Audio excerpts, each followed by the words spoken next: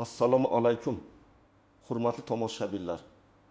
Agar yoshingiz 65 va undan yuqori bo'lsa yoki oilangizda shunday yoshdagi keksalar bo'lsa, bu videoni oxirigacha diqqat bilan tomosha qiling. Men hozir aytadigan ma'lumotlar sizning yoki yaqinlaringizning hayotini sezilarli darajada osonlashtirishi, moddiy ahvolni yaxshilashi va ko'plab qulayliklar yaratishi mumkin. Bu shunchaki yangilik emas. Balki sizning huquqlaringizni himoya qiluvchi muhim hujjat haqida. Bu masala shoshilinch bo'lib, belgilangan muddat ichida harakat qilish talab etiladi. Videoni hoziroq like bosing va kanalimizga obuna bo'ling. Toki bunday muhim ma'lumotlarni o'tkazib yubormang. Muammoning mohiyati avvallari 65 yoshdan oshgan keksalarimiz uchun davlat yordami va imtiyozlar tizimi tarqoq va murakkab edi. Har bir imtiyoz uchun alohida idoraga borish, hujjatlar to'plash, navbatlarda turish kabi qiyinchiliklar ko'p uchrar edi. Misol uchun transport, kommunal xizmatlar yoki dorixonalar uchun turli ma'lumotnomalar talab qilinardi. Bu esa keksalarimiz uchun jismoniy va ruhiy jihatdan og'irlik tug'dirardi. Ko'pincha ular o'zlariga tegishli imtiyozlardan foydalana olmasdilar. Bugun vaziyat tubdan o'zgardi. Hukumatning yangi qarori bilan 15 yosh va undan yuqori yoshdagi fuqarolarimiz uchun keksa fuqarolar ijtimoiy qo'llab-quvvatlash kartasi joriy etildi. Bu karta ijtimoiy yordamni bir tizimga solish, keksalarimizga qulayliklar yaratish va imtiyozlardan to'liq foydalanish imkoniyatini beradi. Bu shunchaki plastik emas, balki sizning imkoniyatlaringiz pasportidir. Uzoq navbatlar, ortiqcha hujjatbozliklar deyarli butunlay yo'q qilinadi. Bu kartani olganingizdan so'ng sizga tegishli barcha imtiyozlar avtomatik faollashadi. Muhimi, kartani olish uchun arizalarni qabul qilish muddati cheklangan bo'lishi mumkin. Shuning uchun kechiktirmasdan harakat qilish zarur. Bu davlatimiz gamxo'rlikning yorqin namunasidir. Batafsil tahlil, kimga taalluqli va kimga emas, endi kartani kimlar olishi mumkin, kimlarga tegishli va kimlar uchun shart emasligi haqida batafsil to'xtalamiz. Bu ma'lumot juda muhim, chunki ba'zi odamlar muhim imkoniyat qo'ldan boy berishi, ba'zilar esa o'zlariga taalluqli bo'lmagan holda vaqtini sarflashi mumkin. Kimlarga taalluqli? Ushbu keksa fuqarolar ijtimoiy qo'llab-quvvatlash kartasi dasturi birinchi navbatda O'zbekiston Respublikasi fuqarosi bo'lgan va 15 yoshga to'lgan yoki undan oshgan shaxslarga mo'ljallangan. Bu yosh chegarasi aniq belgilangan va bu yoshga yetmagan shaxslar bu kartani olish huquqiga ega emas. Shuningdek, nafaqaxo'r bo'lish yoki bo'lmaslik, ishlash yoki ishlamaslik holatlari kartani olishga to'sqinlik qilmaydi. Agar siz 35 yoshdan oshgan bo'lsangiz va O'zbekiston fuqarosi bo'lsangiz, demak siz ushbu kartani olishga haqlisiz. Kartaning afzalliklari: 1. Transport imtiyozlari. Siz jamoat transportidan avtobus, metro, tramvay, shahar ichidagi yo'nalishli taksilarning ma'lum turlari imtiyozli. Ya'ni sezilarli chegirma bilan yoki butunlay bepul foydalanish imkoniyati ega bo'lasiz. Transport xarajatlaringiz ancha kamayadi. 2. Kommunal xizmatlar uchun chegirmalar. Elektr energiyasi, gaz, suv ta'minoti va chiqindi to'plami kabi kommunal xizmatlar uchun belgilangan miqdorda chegirmalar taqdim etiladi. Bu ayniqsa qish yoki yoz kunlarida katta yordamdir. Masalan, bir oylik kommunal to'lovlaringizdan 10-15%. Ba'zida undan ham ko'proq tejash imkoniyati bo'ladi. O'tu, tibbiy xizmatlar va dorixonalar, davlat shifoxonalarida navbatlarsiz ustuvor tartibda xizmat ko'rsatish va ayrim turdagi dorilarni imtiyozli narxlarda yoki bepul olish imkoniyati. Bu sog'lig'i zaiflashgan keksalarimiz uchun juda muhimdir. Dard, madaniy-ma'rifiy tadbirlar, muzeylar, teatrlar, ko'rgazmalar va ba'zi sport tadbirlariga bepul yoki chegirmali kirish. Bu keksalarimizning ijtimoiy hayotda faol ishtirokiga yordam beradi. 5. Davlat idoralarida ustuvor xizmat, davlat xizmatlari markazlari, banklar, pensiya jamg'armasi va boshqa davlat idoralarida navbatlarsiz yoki maxsus derazalar orqali tezkor xizmat ko'rsatish. Bu ularning vaqtini tejaydi va ovoragarchilikni kamaytiradi. Keling, buni hayotiy misollar bilan tushuntiraylik. Bir misol, nafaqaxo'r Dilshod aka 6 yoshda. Dilshod aka Toshkent shahrida yashaydi, nafaqada. Ilgari u har oyda nafaqasining ma'lum bir qismini transport xarajatlariga sarflardi. Chunki har kuni nabiralarini bog'chadan olib kelardi va dorixonaga borardi. Har bir dorixona uchun o'zining doimiy chegirma kartasi bor edi, lekin ular har doim ham Dilshod akaga kerakli dorini arzonroq narxda bermasdi. Endi u keksa fuqarolar ijtimoiy qo'llab-quvvatlash kartasini olgandan so'ng uning har oyda transportga ketadigan xarajatlari deyarli nolga tushdi Chunki u avtobus va metrodan bepul foydalanish huquqiga ega bo'ldi.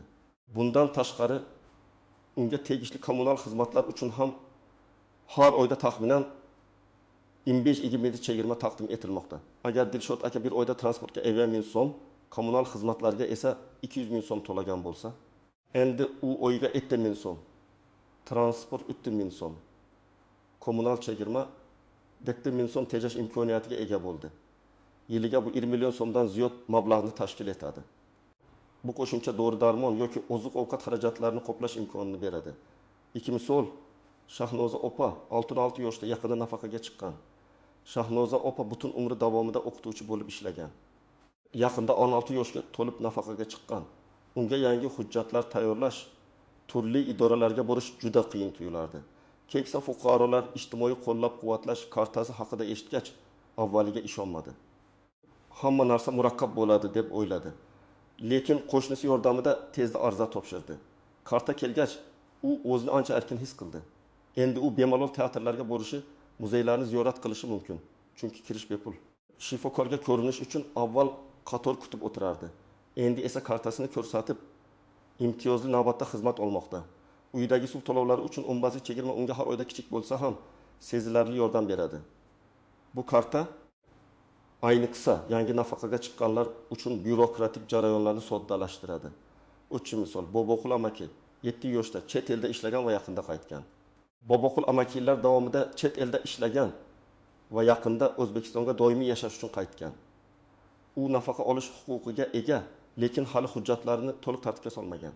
U O'zbekiston fuqarosi bo'lganligi sababli 15 yoshdan oshgan har qanday fuqaro kabi bu kartani olish huquqiga ega. Kartani olgach, u davlat xizmatlari markaziga borib, nafaqa rasmiylashtirish jarayonini boshladi. Kartasi tufayli unga ustuvor tartibda xizmat ko'rsatishdi. Navbat kutmadi. Barcha masalalari tezda hal bo'ldi. Kartaning eng katta afzalliklaridan biri shundaki, u nafaqa olish bilan bog'liq emas, balki yoshlikka bog'liq. Demak, siz nafaqaxo'r bo'lmasangiz ham, agar 65 yoshdan oshgan O'zbekiston fuqarosi bo'lsangiz, ushbu kartani olishga haqlisiz. Bu men nafaqa olmayman, demak menga taalluqli emas degan noto'g'ri fikrni inkor etadi. Kimlarga taalluqli emas yoki shart emas? 65 yoshga to'lmagan fuqarolar, agar yoshingiz 65 dan kichik bo'lsa, ushbu kartani olish huquqiga ega emassiz. Karta aynan keksa fuqarolarga qaratilgan. 2. O'zbekiston fuqarosi bo'lmagan shaxslar. Hatto 65 yoshdan oshgan bo'lsalar ham O'zbekiston fuqarosi bo'lmagani uchun bu kartani ola olmaydilar. Rezidentlar ham fuqarolik bo'lmagani uchun imtiyozdan foydalana olmaydilar. 30 hali 65 yoshga yaqinlashib kelayotganlar. Ba'zi odamlar hozirdan ariza berib tursamchi deb o'ylashlari mumkin. Yo'q. Kartani faqatgina 60 yoshga to'lgan kundan boshlab olish mumkin. Arizani 65 yoshingizga to'lgan kuningiz yoki undan keyin topshirishingiz lozim. Dirt. Boshqa imtiyozli guruhga kiruvchilar, agar siz allaqachon boshqa maxsus imtiyozlarga ega bo'lsangiz, ushbu yangi karta sizga qulayliklar yaratishi mumkin bo'lsa-da, avvalgi imtiyozlaringizni bekor qilmaydi. Bu karta sizning mavjud huquqlaringizni kengaytiradi. Ammo siz faqat shu karta orqali degan cheklovga tushmaysiz. Shunday bo'lsa-da, uni olish tavsiya etiladi. Chunki u boshqa imtiyozlarga ega bo'lmagan qulayliklarni taklif qilishi mumkin. Umid qilamanki, bu misollar va tushuntirishlar kimga tegishli va kimga emasligi haqidagi savollaringizga to'liq javob berdi. Hech kim shoshilish, xulosa chiqarishga shoshilmasin, barcha jihatlarni hisobga olsin. Istisnolar, tuzoqlar va yashirin nuanslar har qanday yangi tizimda bo'lgani kabi, keksa fuqarolar ijtimoiy qo'llab-quvvatlash kartasi dasturida ham ba'zi istisnolar, e'tibor berish lozim bo'lgan tuzoqlar va yashirin nuanslar mavjud.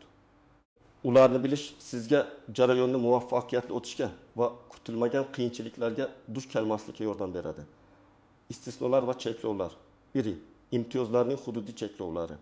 Garchi karta butun respublika bo'ylab amal qilsa-da, ayrim transport yoki kommunal xizmatlar uchun chegirmalar mahalliy hokimiyatlar tomonidan belgilangan kvotalar doirasida farq qilishi mumkin. Masalan, Toshkent shahridagi jamoat transportida bepul harakatlanish imtiyozi butunlay amal qilishi mumkin.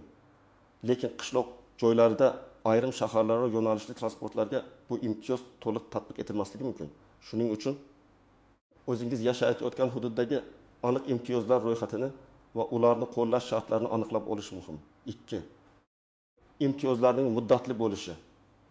Ba'zi chegirmalar yoki imtiyozlar vaqtinchalik xarakterga ega bo'lishi mumkin.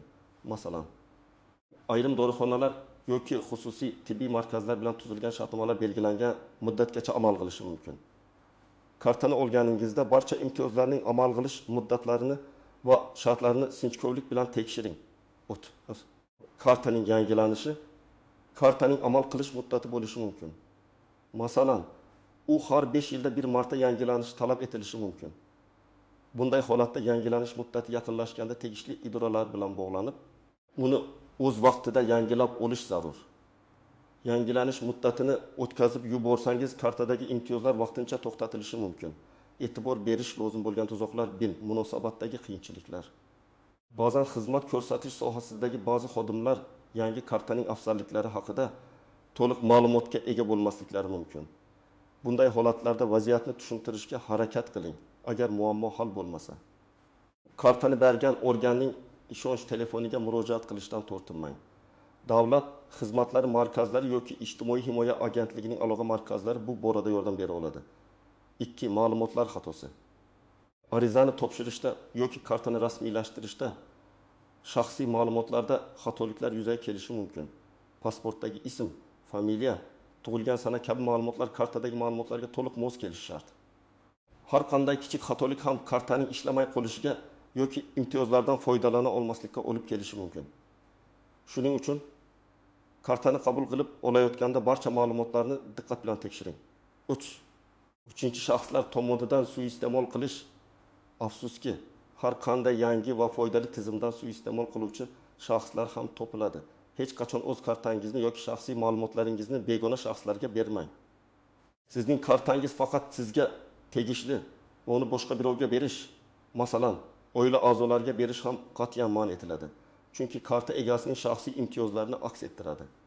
Uni boshqa birovga berish natijasida imtiyozlardan noqonuniy foydalanish holati kuzatilishi mumkin va bu javobgarlikka sabab bo'ladi. Hatto eng yaqin qarindoshlaringizga ham kartani ishlatish uchun bermang. Yashirin nuanslar. Imtiyozlarning birikishi.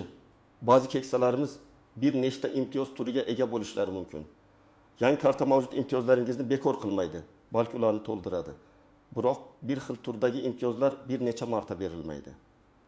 Ya'ni agar siz transportda bepul yurish huquqiga ega bo'lsangiz, bu karta sizga qo'shimcha ravishda yana bir bepul yurish imkoniyatini bermaydi. Balki mavjud imtiyozni umumiy karta orqali amalga oshirishni ta'minlaydi. 2. Ma'lumotlar bazalarining integratsiyasi. Ushbu kartaning asosiy kuchli jihati shundaki, u turli davlat idoralarining ma'lumotlar bazalarini birlashtiradi. Bu esa keksalarimizga o'z xizmatlarini olishda va imtiyozlardan foydalanishda katta qulaylik yaratadi. Bu tizimli yondashuvning samarasidir. Bu degani, siz bitta karta bilan turli joylarda turli ma'lumotnoma talab qilmasdan o'z huquqlaringizni tasdiqlashingiz mumkin. 3. Mobil ilovalar bilan integratsiya. Kelajakda ushbu karta mobil ilovalar bilan ham integratsiya qilinishi rejalashtirilgan. Bu esa keksalarimizga o'z imtiyozlari haqida ma'lumot olish, to'lovlarni nazorat qilish va hatto onlayn xizmatlardan foydalanish imkoniyatini berishi mumkin. Bu karta tizimining rivojlanish salohiyatini ko'rsatadi. Shu sababli, hurmatli tomoshabinlar, kartani olayotganda va undan foydalanayotganda yuqorida sanab o'tilgan jihatlarga alohida e'tibor berishingizni so'rayman. Ogoh bo'ling va o'zingizga tegishli bo'lgan barcha imtiyozlardan to'liq foydalaning. Amaliy maslahatlar. Nima qilishingiz kerak? Endi eng muhim qismga o'tamiz. Ushbu keksa fuqarolar ijtimoiy qo'llab-quvvatlash kartasini olish uchun aniq qadamlar qanday bo'lishi kerak? Qayerga borish kerak? Qanday hujjatlar kerak va arizani qanday to'ldirish kerak? Barcha jarayonni sodda va tushunarli qilib tushuntirib beraman. Ilk qadam ma'lumot to'plash va tayyorgarlik. Birinchi navbatda sizga yaqin DXM yoki pensiya jamg'armasining hududiy bo'limiga murojaat qilib, kartani olish muddati va zarur hujjatlar ro'yxatini aniqlashtiring. Garchi bu video umumiy ma'lumotlarni taqdim etsa-da, ba'zida hududiy tartiblar bo'yicha kichik farqlar bo'lishi mumkin. Shuningdek, ijtimoiy himoya agentligining rasmiy veb-saytini yoki ishonch telefonini ham tekshirishingiz mumkin. Bu sizga ishonchli va eng so'nggi ma'lumotlarni olish imkonini beradi. 2 qadam hujjatlarni tayyorlash. Ushbu kartani olish uchun sizdan quyidagi asosiy hujjatlar talab qilinadi. 1. O'zbekiston Respublikasi fuqarolik pasporti yoki ID karta. asli va nusxasi. Pasportingizning amal qilish muddatiga e'tibor bering. Agar u eskirgan bo'lsa, avvalo uni yangilab olishingiz kerak bo'ladi.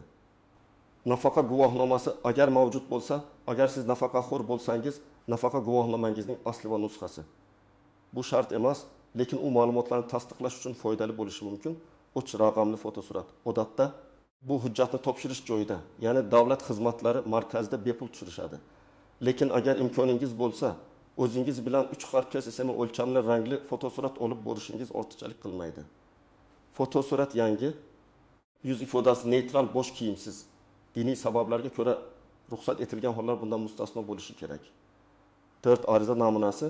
Ariza namunasini DXM xodimlari sizga taqdim etishadi va to'ldirishda yordam berishadi. Bu arizada sizning shaxsiy ma'lumotlaringiz, yashash manzilingiz, aloqa raqamingiz ko'rsatiladi. 3 qadam arizani topshirish. Barcha hujjatlar tayyor bo'lgach, siz o'zingizga yaqin joylashgan davlat xizmatlari markaziga DXM murojaat qilasiz. Qanday bo'lish kerak? DXMga borish uchun jamoat transportdan foydalanishingiz mumkin. Ko'pgina DXMlar shaharlarning markaziy qismlarida qulay joylashgan. Agar sizda yordamchi bo'lmasa, oila a'zolaringizdan birini o'zingiz bilan olib boring. Navbat, ko'pgina DXMlarda elektron navbat tizimi joriy etilgan. Keksa fuqarolar uchun karta yoki ijtimoiy himoya bo'limini tanlab talon olasiz. Ba'zida keksalarimiz uchun alohida ustuvor navbatlar ham bo'lishi mumkin. Arizani to'ldirish. DXM xodimi sizning hujjatlaringizni qabul qilib oladi va arizani to'ldirishda sizga yordam beradi. U barcha ma'lumotlarni tizimga kiritadi. Sizning pasportingiz va boshqa hujjatlaringizni skanerlaydi. Bu bosqichda barcha ma'lumotlarning to'g'ri kiritilganiga ishonch hosil qiling. Agar qandaydir savollaringiz bo'lsa, shu yerda so'rab oling. Xodimlarga o'z ism-sharifingizni, tug'ilgan sanangizni, pasport seriya va raqamingizni aniq aytib bering. Har bir kiritilgan ma'lumotni 2 marta tekshirganingiz ma'qul. Muddati arizani topshirganingizdan so'ng kartaning tayyor bo'lish muddati haqida sizga ma'lumot beriladi. Odatda bu jarayon 15 ish kunigacha davom etishi mumkin. Ba'zi hollarda tezroq tayyor bo'lishi mumkin. Sizga kartaning tayyor bo'lganligi haqida SMS xabar yuborilishi ham mumkin. 4 qadam kartani olish va ishlatish. Karta tayyor bo'lganligi haqida xabar olgach, yana DXMga borib, shaxsiy pasportingizni ko'rsatgan holda kartangizni qabul qilib olasiz. Kartani tekshirish, kartani olganingizda unda sizning ism-sharifingiz, tug'ilgan sanangiz, fotosuratingiz va kartaning individual raqami to'g'ri aks etganiga ishonch hosil qiling.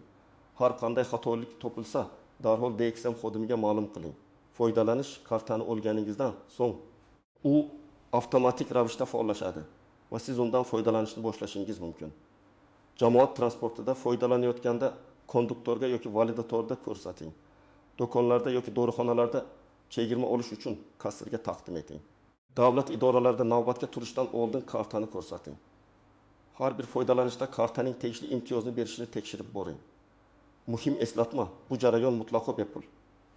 Sizdan kartani tayyorlash yoki rasmiylashtirish uchun hech qanday to'lov talab qilinmaydi. Agar kimdir sizdan buning evaziga pul talab qilsa, bu noqonuniy hisoblanadi va siz bu haqda yuqori turuvchi tashkilotlarga yoki ishonch telefonlariga xabar berishingiz shart. Har doim o'z huquqlaringizni biling va ularni himoya qiling. Shuningdek, agar sog'lig'ingiz arizani shaxsan topshirishga imkon bermasa, sizning nomingizdan ishonchnoma asosida yaqin qarindoshingiz, farzandingiz, nabirangiz, turmush o'rtog'ingiz arizani topshirishi va kartani qabul qilib olishi mumkin. Ishonchnoma notarial tartibda tasdiqlangan bo'lishi kerak. Bu ham muhim nuans. Uni ham e'tiborga oling. Umid qilamanki, bu amaliy tavsiyalar sizga ushbu muhim hujjatni olishda yordam beradi. Esda tuting, bu imkoniyatni qo'ldan boy bermang, chunki u sizning hayotingizni sezilarli darajada osonlashtiradi. Xulosa va yakuniy chorlov aziz do'stlar. Bugungi videoda biz 65 yoshdan oshgan fuqarolarimiz uchun joriy etilgan keksa fuqarolar ijtimoiy qo'llab-quvvatlash kartasi haqida batafsil gaplashdik. Bu shunchaki bir qog'oz yoki plastik emas, balki davlatimizning sizga bo'lgan g'amxo'rligi va hurmatining amaliy ifodasidir. Bu karta orqali siz jamoat transportida imtiyozli yurish, kommunal xizmatlar uchun chegirmalar olish, tibbiy xizmatlardan ustuvor tartibda foydalanish va madaniy tadbirlarda ishtirok etish kabi ko'plab qulayliklarga ega bo'lasiz. biz kimlarga bu karta taalluqli ekanligini, qanday afzalliklarga ega ekanligini, hatto uzoq muddat chet elda ishlagan Boboqul amaki misolida ham tushuntirib berdik. Shuningdek, jarayonda uchraydigan istisnolar, ehtimoliy tuzoqlar va yashirin nüanslar haqida ham ogohlantirdik. Toki siz hech qanday kutilmagan qiyinchiliklarga duch kelmaysiz va eng muhimi, kartani olish uchun qadam-baqadam yo'riqnomani taqdim etdim. Qanday hujjatlar kerakligi, qayerga murojaat qilish kerakligi va arizani qanday topshirish kerakligi bo'yicha aniq ko'rsatmalar berdim. Esda tuting, bu masala shoshilinch. Har bir o'tgan kun sizni muhim imtiyozlardan mahrum etishi mumkin. Shuning uchun iloji boricha tezroq harakat qiling va ushbu kartani rasmiylashtirib oling. O'zingiz uchun yoki oilangizdagi 65 yoshdan oshgan keksa yaqinlaringiz uchun bugunoq chora ko'ring. Agar bu video siz uchun foydali bo'lgan bo'lsa, iltimos videoga like bosing. Kanalimizga hali obuna bo'lmagan bo'lsangiz, hoziroq obuna bo'lish tugmasini bosing va qo'ng'iroqcha tugmasini ham faollashtiring, toki bunday muhim ma'lumotlarni hech qachon o'tkazib yubormang. Va eng muhimi, bu karta haqida qanday fikrdasiz? Uning afzalliklari yoki ehtimoliy kamchiliklari haqida sizning shaxsiy fikringiz qanday? Izohlarda o'z mulohazalaringizni yozib qoldiring. Sizning fikringiz biz uchun juda muhim. Keyingi videolarda ko'rishguncha o'zingizni ehtiyot qiling va sog' bo'ling.